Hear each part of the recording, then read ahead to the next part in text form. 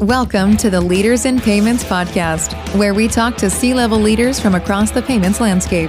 We'll be discussing the products and services that impact the payment space today, as well as trends and predictions for the future of payments. We will also hear stories from our guests about their journeys to the top. Belonging is the goal, and a DI journey is a huge undertaking for anyone. But it's not one that should be taken lightly either. But you don't have to do it alone. That's my message to them. You don't have to do it alone. Involve your leaders. It has to be buy-in at each level. So bringing people in, pulling a chair at the table and listening to their voices. And leaders also need to step up to the plate, so to say, with this journey and strive for every employee to have that sense of belonging.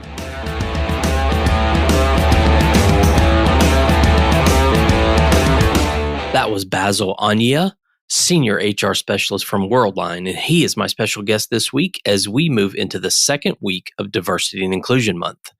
Basil's number one passion in life is helping people become the best version of themselves. For those of you who may not know, Worldline is the payments provider of choice for ISVs across 60 global industries. They are currently the fourth largest payments provider in the world. From a diversity and inclusion perspective, Worldline follows the IDEA philosophy on a global scale. IDEA, according to Basil, stands for inclusion, diversity, equitability, and accessibility. And these are the four crucial components to ensuring a thriving culture grounded in equality.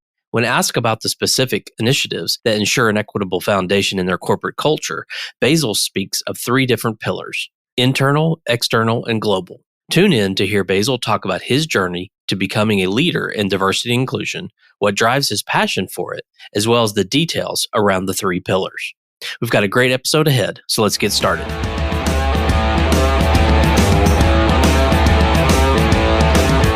Hi, Basil. Welcome to this special series of the Leaders in Payments podcast about diversity and inclusion. Thank you so much for being on the show today. Hi, Greg. Thanks for having me. My pleasure, and I'm excited to be here. Great. Well, if you don't mind, tell our audience a little bit about yourself, maybe where you grew up, where you went to school, where you currently live, just a few things like that. Yeah, certainly. So I grew up in Nigeria, which is in western part of Africa, and I moved to the U.S. in 2010. I lived in Missouri, where I went to school, finished up last couple of years of high school, my bachelor's in criminology legal studies, an MBA in human resources, and I kicked off my career there too as well, before I moved to Canada about 4 years ago with my partner. Currently live in Victoria, British Columbia, which is on Vancouver Island, west coast of Canada. Yeah, that's just a little bit about me and my journey so far. Okay. Well, let's talk about the company Worldline. So tell the audience what Worldline does. I would love to. So in North America here, Worldline is a payment service provider and a partner of choice, if you would, for software providers across 60 industries. And some of our services that we provide are online payments processing, full service or gateway, reoccurring batch payments, and access to our robust application programming interface. And so we provide one payment integration to power independent software vendors, ISVs, with solutions tailored to fit their industry. So, Greg, if you think about it as one platform, one integration, one billing service, what's not to love? And on a global scale, our industry, so Worldline itself, is fourth in the industry in the world and providing payment services to merchants, banks, third-party acquirers, public transportation organizations, government agencies. And our competitive advantage is our sustainability, secure, and trusted payment services. But I won't go too much into the good stuff. I'll leave that for the rest of the conversation. Okay, great. Well, tell us a little bit about your professional journey to your role there. You talked a little bit about your MBA in human resources, so I assume that started your professional journey, but maybe fill in the gaps there if you don't mind. Definitely, it sure did. So I started my journey in human resources as an intern in the U.S. downtown St. Louis in Missouri in the hospitality industry. So working for a couple hotels downtown St. Louis, while also doing my MBA and working at the university as an expert resource in the Office of Residential Life. From there, I moved into an agrotech company, working as a HR assistant for a genome editing microbial portfolio and HR executive at the time, while I also remained as an independent recruiter for those hotel companies I worked for previously. Then I spent some time as a HR coordinator at a mortgage subservicing company, so in the financial industry, before I moved to Canada here. When I first moved to Canada, I worked in food manufacturing as a HR generalist. Then I transitioned to Worldline about 2 years ago in my role currently as a senior HR specialist and business partner for Canada. So my goal, Greg, through my journey has been through this generalist route and has spanned multiple industries that has allowed me to be more versatile in every aspect of human resources and to be a part of most demographics of the workforce. But yeah, so that brings me here today. That's a little bit about my journey. Okay, awesome. Well, let's talk about the reason we're all here is diversity and inclusion. So can you talk about that within your culture today? I would love to. So I would love to start with saying that our culture is one of a very collaborative culture. From the first day I walked into the door, I could just feel it. And usually in my role of human resources, we have to ramp up building an authentic trust and getting to know people as fast as possible. But that was very easy coming into this organization. People were very open and supportive, and it felt like home, right? But speaking of diversity and inclusion, this is probably the first company that I've worked for that has such an intentional dedication to what I like to call IDEA, which is inclusion, diversity, equity, and accessibility, while also empowering me in my role to build our North American IDEA strategy and plan. And that plan itself encompasses 3 pillars. So it has this internal, external, and community, and the global pillar as well. And from an internal perspective, we're talking about some cultural celebrations, education, fostering psychological safety in the workplace, and encouraging those tough conversations. From an external perspective, we're talking about building relationships with the community, creating a diverse talent pool with our talent partners in the community. And from a global standpoint, I'm talking about tagging our local initiatives here to global ones, such as our Trust 2025. So Worldline's Trust 2025 is our goal of becoming a front runner for closing the gender and accessibility gap in technology, like we know of, improving our culture of learning and strengthening our corporate social responsibilities. And those are a few of them that I wanted to highlight. And a lot of this initiatives from a D&I perspective can be found on our website, which is pretty accessible to the public. Can you talk about sort of, smaller companies? I guess it's easier. Now you're talking about a global company. Like how do you keep the consistency of these types of programs and pillars and initiatives when it's such a global organization? How do you keep that going? How do you keep the momentum in those types of things? Definitely. That's a very good question. And thank you, Greg. So keeping the momentum going really ties together with involvement of the employees itself at a local level. And that's what I mentioned with the internal aspect of it too as well, because different countries are different stages of their journey when it comes to diversity and inclusion, right? And if we're looking at a bigger stage, it's hard to quantify all those and be on the same page.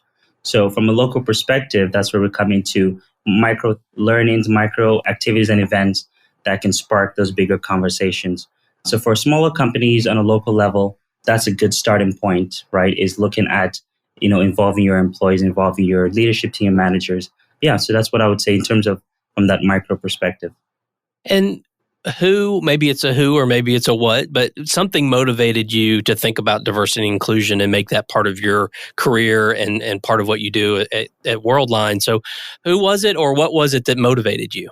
I think it's I guess both. Really, it's my personal journey, being a part of very different environments, right? Coming from Nigeria to the US and then to Canada, and how different in practices and those diversity journeys those countries are. So that's the first thing that sparked that aspect of passion in me, so to say. But also, I've firsthand seen the power of equity in work and life, and how it can only positively impact organizations and it can transcend generations, right? People working here and transcending not just the workplace, but outside the workplace. And it can just shift a person and a society's way of thinking, right? So that aspect of it is what has sparked my passion, so to say, in diversity and inclusion. And like I mentioned, I'm very passionate about helping people become the best versions of themselves together. Did you have this motivation and passion and I think passion is an incredible word, the passion for this when you were back in the MBA days of school, or was this something that you just gained more passion over time? More passion over time. And so going back to my professional journey with diversity and inclusion and moving from a country where, most people looked just like me, right? Nigeria.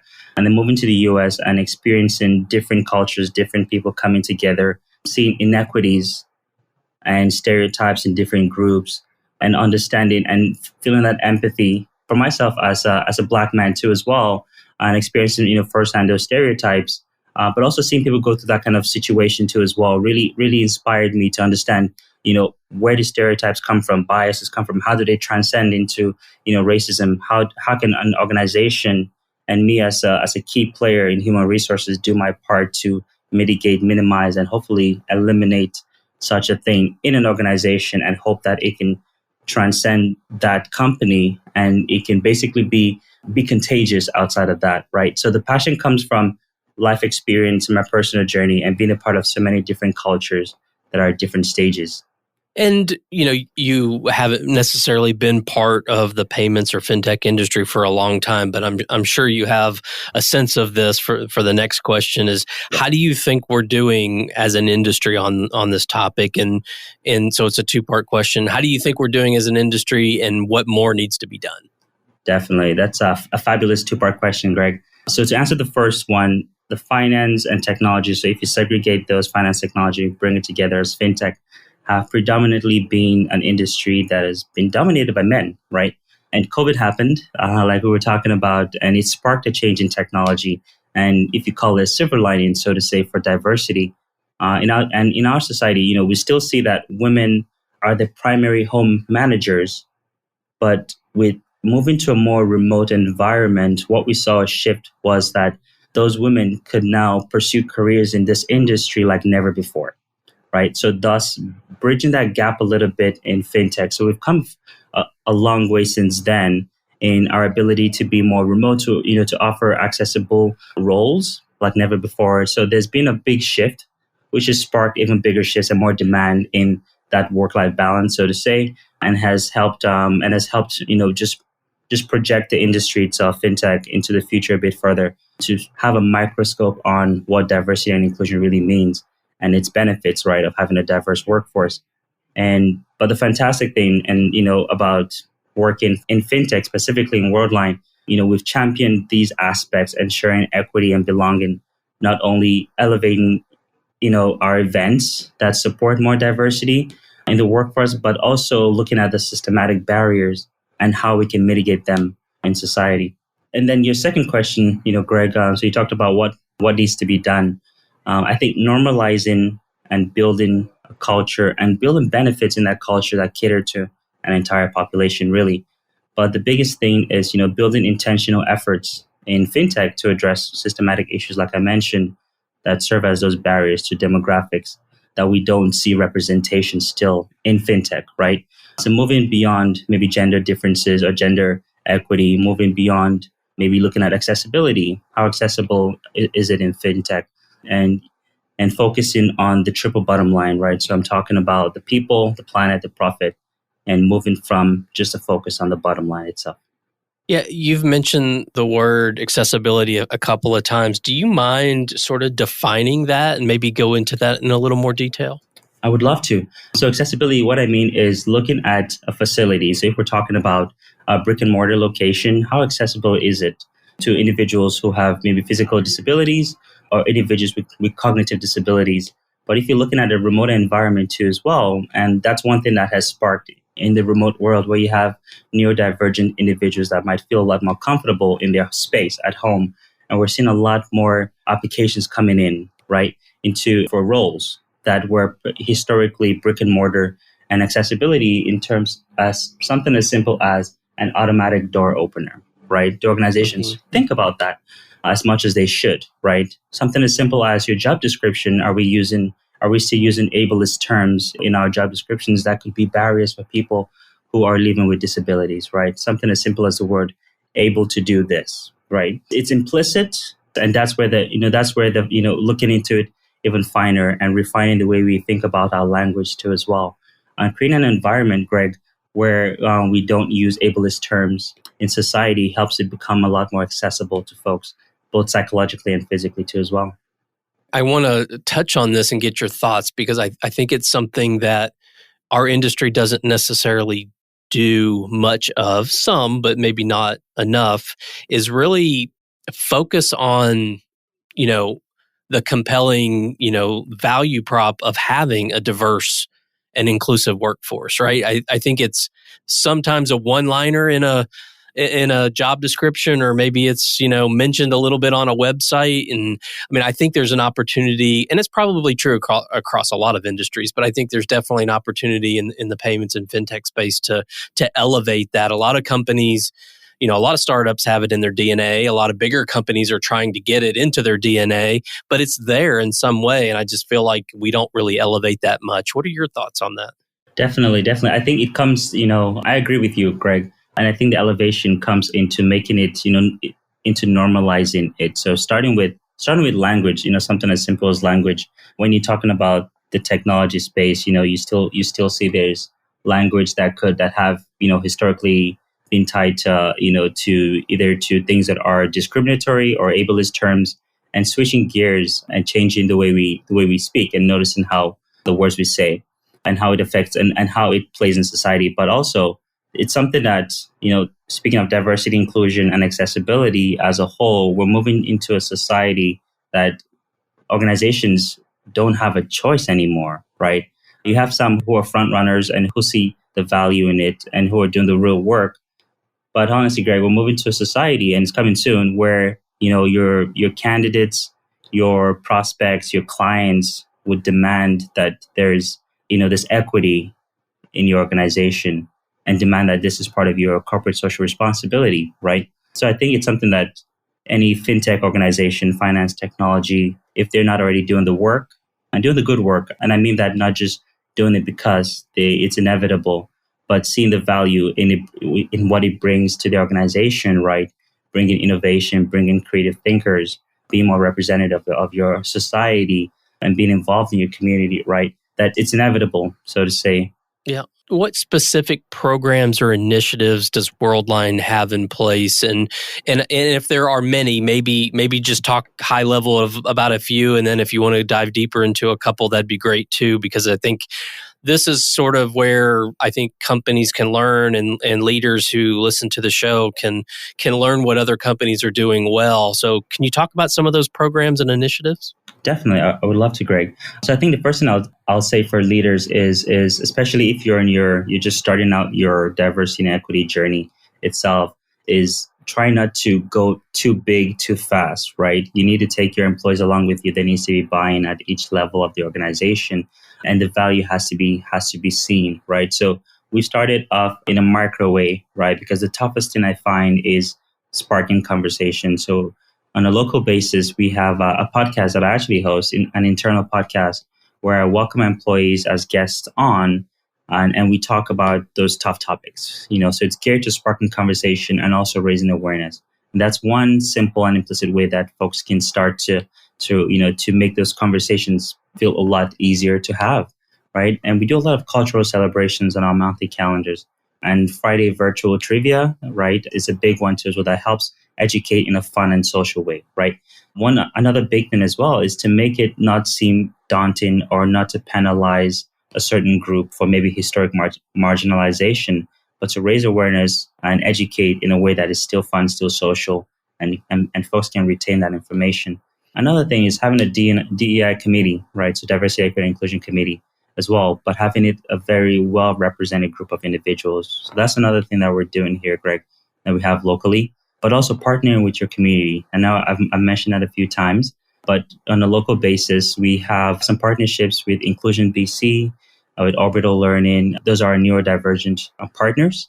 From a recruitment standpoint, we work with organizations like the Immigrant Employment Council. We've partnered with them in the past to help build programs to mitigate the barriers of new immigrants have in the country, right? And helping build a mentorship program at the moment too.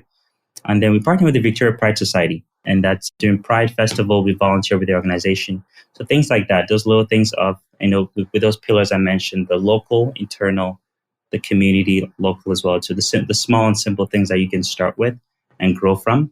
And then just touching on a global scale, because it ties into our local too as well, is I sit on the global steering committee for our diversity and equity network called Unite. And through that, we elevate and foster inclusivity across all locations, through sessions, webinars, collaborations, with publications on what our global stance and statement is to the public. But from a local perspective, Greg, those are simple things that organizations can do that can start the conversation. The biggest thing is taking your employees along with you and getting buy-in from your leaders too. Can you talk about the Diversity, Equity, and Inclusion Committee? Maybe who makes up the committee and what's its purpose? Definitely. So I'll start with the local one, our D&I committee. So when I started the committee itself and we started our journey, I invited a group of people. I put the memo out there for our entire population. A few people experienced their interest in it, but also that this was something that was new to them. So we built a diverse group of committee of people with, from different departments, different cultural backgrounds, different demographics, age, experience, right?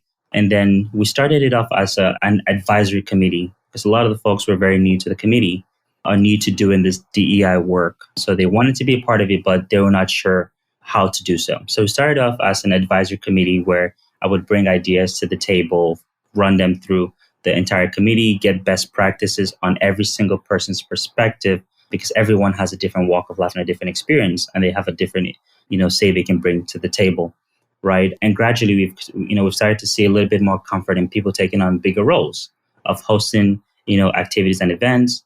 And it really helped because you can get people's perspectives on your diverse population, especially if you have a very diverse organization or trying to build towards one, right? Yeah. So that's our local DI committee, and that's kind of how we function from start to where we are right now. This is a very specific question. It can be a two-part question as well, because I think that both of these groups, the executive leaders and the HR people and leaders, are important to doing this well. So maybe what would your advice be to the HR leaders, and then maybe what would your advice be to executive leaders on how to launch these programs, how to keep the momentum going, how to build a culture of diversity and inclusion. So what would your advice be to an HR leader? Definitely. My advice for a HR leader and even for a business leader would be along the same lines. And that's that everyone and what anyone wants is to belong. So belonging is the goal, right? And, trust me, Greg, a DI journey is a huge undertaking for anyone, but it's not one that should be taken lightly either. But you don't have to do it alone. That's my message to them. You don't have to do it alone. Involve your leaders, like I mentioned. There has to be buy-in at each level. So bringing people in, pulling a chair at the table and listening to their voices. And leaders also need to step up to the plate, so to say, with this journey and strive for every employee to have that sense of belonging, right? And you'll see that actions, initiatives, language, like I mentioned, all fall into place when belonging is the goal, is the end goal. And focusing on that can make the DI journey feel a lot more achievable, right? But that would be my message to HR leaders and leaders in general. How do you know you're being successful? Do you have any kind of surveys, or is it a gut feeling, or how do you know these programs are making a difference? That's a fantastic question. In my world of human resources, a lot of our initiatives can be subjective because it's hard to measure, unlike maybe finances, right? So we get the feedback from when we see people move from passively engaged to actively engaged. When we hear people talking about it, and raising awareness, or people challenging each other in terms of language and references, or people educating each other, having those conversations, that's when we start to see that the work we're doing is working. And sometimes it does take time. It does take time because it's not something that you can rush if you want to do it right and do it well. But we start to see those in conversations. We start to see, especially when we do our culture check-ins, right? So we started our culture check-ins, what is popularly known as stay interviews. But our role with those is to check in on our employees. I do about 5 a month with random employees in different stages of their tenure here. And those conversations, you can see, they tell you a little bit about, hey, this is awesome that we have this now. But yeah, that's how we quantify the work we're doing when it comes to diversity, equity, and inclusion. Besides being able to, look at statistics of representation in our population from maybe a year ago until now. So those ones are a bit more metric driven, that you can quantify by the numbers of how well have you closed the gaps you've identified. But when it comes to those initiatives, it's more of a subjective matter. But keeping a close ear out in your organization then you really start to see it if the work is being effective. Does each location of Worldline have sort of a leader of the initiatives? Sort of like, sounds like you are, there in your location. Does like every Worldline location have a leader? Yeah. So speaking from, I guess that sounds like from a global perspective in terms of our country locations. Yes. So Unite is our global network that I mentioned. I sit on as the part of the steering committee. And then we have the local lead committee, the local leads, and each region has a local lead, right?